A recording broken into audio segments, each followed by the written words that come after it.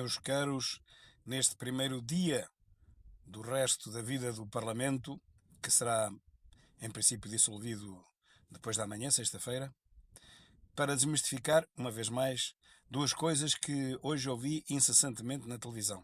É claro que foi na CNN, Communist News Network, mas em princípio passará nas outras também. A primeira léria é que Portugal cresce mais, ou cresceu mais do que a maioria dos países da Europa. É falso. Nós crescemos mais em termos de rácio, é uma percentagem, relativamente à nossa base, que é pequenina. Se nós crescermos 2% sobre 100, dá 2. Passamos para 102. A Alemanha, se crescer só 1%, mas sobre 1000, cresceu 10. Aumentou a nossa distância de 8. Nós crescemos 2, mas a Alemanha, crescendo metade do seu PIB, subiu para 10. Portanto, distanciou-se de nós 8.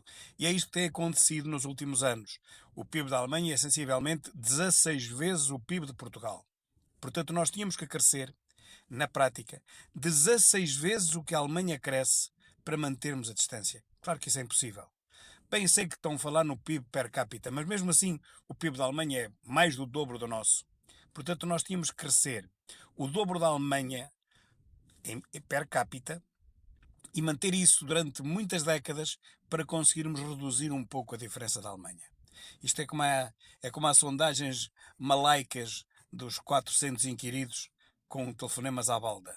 Nós tínhamos que ter em Portugal uma base de dados de 3.500 inquiridos para verificarmos se eles fazem parte de uma amostra que fosse significativa. E dessa amostra de 3.500, aí sim, poderíamos selecionar as 400 respostas que fariam parte da amostra significativa, por sexo, por idade, por região. Nada disso é feito. Selecionam 400 tipos e telefonam para lá de qualquer maneira. Até podem telefonar para os amigos, ninguém sabe. Portanto, essa amostra não é significativa, assim como não crescemos mais do que a Europa. E por último, também não é verdade que o governo tenha caído por causa do governo em si. O governo caiu por teimosia do primeiro-ministro e do PSD, que se aliou ao primeiro-ministro num problema que só a ele dizia respeito. Só a Luís Montenegro dizia respeito. A nossa dúvida de praticamente todo o Parlamento, exceto o PSD, é saber se o que tem feito o primeiro-ministro é legal ou não. E tudo indica que não é legal. Mas ele não conseguiu explicar, justamente porque terá muita dificuldade em explicar a legalidade do que tem feito nos últimos anos. E por isso é que ele obrigou o Parlamento a subscrever uma moção de confiança. Ninguém tem confiança no primeiro-ministro. Porque ele não explica, porque ele não conseguiu mostrar por A mais B, com clareza, com verdade, que tudo o que ele tem feito a nível pessoal e a nível empresarial está correto. Não conseguiu demonstrar isso perante ninguém. Não foi só perante o Chega, nem foi só perante o PS, foi perante ninguém. Agora, isso é uma coisa. Isso quereria, demandaria uma comissão parlamentar de inquérito ao Primeiro-Ministro, não ao PSD. O governo podia continuar a governar. O governo só não continuou a governar porque se aliou ao Primeiro-Ministro, solidarizou-se todo com o Primeiro-Ministro e o próprio partido solidarizou-se com o governo que se solidarizou com o Primeiro-Ministro. Mas o problema aqui não era o governo, nem era o partido PSD. O problema era apenas o Primeiro-Ministro e apenas as suas empresas. Não tinha nada que cair o governo. Não tinha nada que ser dissolvida a Assembleia. Foi tudo mal feito. E o povo espero que perceba que a culpa não é dos partidos que votaram contra a moção de confiança. Montenegro não tinha nada, não era obrigado, nada o exigia que fizesse apresentar uma moção de confiança. Não era nada sobre o governo, era sobre si próprio. É certo que o governo não tem governado da melhor maneira, é certo que a saúde está pior do que estava, é certo que a educação está quase igual, a justiça está igual, não houve melhorias nenhumas. Bom, mas também só governou durante um ano, nem chegou a ser um ano.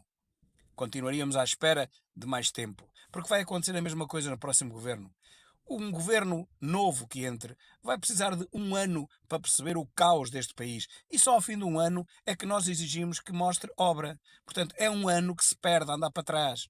Ainda mais agora num sítio destes, numa altura destas, com o PRR, que não vamos nem conseguir cumprir metade, vamos ter que devolver à Europa metade daquilo que a Europa, teoricamente, nos teria dado e dava, se nós conseguíssemos cumprir a nossa parte, que não conseguimos. Portanto, meus caros, foi tudo uma loucura o que se passou ontem. O governo não tinha que cair. O PSD não tinha que solidarizar com o governo, que por sua vez se solidarizou com o seu primeiro-ministro. O problema é o primeiro-ministro, não é mais nada. E por um homem, por aquilo que um homem faz na sua vida privada, caiu o governo e foi dissolvida uma Assembleia. É de loucos, meus caros, mas não havia outra alternativa, uma vez que ele próprio, é que apresentou a moção de confiança. Se ele não tem apresentado nenhuma moção de confiança, viria provavelmente uma comissão parlamentar de inquérito à sua vida profissional, às suas empresas, antes e após ser primeiro-ministro, o que é normalíssimo. Pedro Nuno Santos também já se submeteu a ela, milhares, até o próprio Presidente da República se submeteu a elas. Portanto, isso é normalíssimo, é uma investigação normal em democracia. Não tinha nada que envolver o governo nisso e não tinha nada que envolver o partido nisto.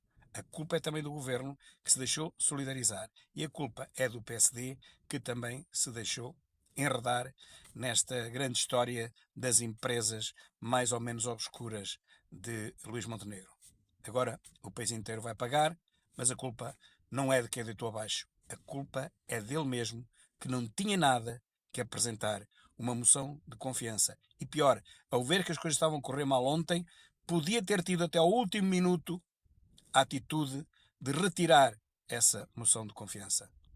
Não podia, era obrigar os partidos a dizer que têm confiança numa vida empresarial que realmente nenhum de nós, ninguém em seu perfeito juízo, pode ter confiança naquilo que vamos sabendo no dia a dia. Hoje já há mais 3 queixas na Procuradoria-Geral da República que vão ser investigadas. Realmente, Montenegro não foi transparente, assim como Sócrates também não foi. Mas quem tinha que responder perante isso era apenas Montenegro. Não era o governo, não era o PSD e muito menos o país. Vamos lá ver o que isto dá, mas tudo isto é por culpa de um só homem, Luís Montenegro, e mais ninguém.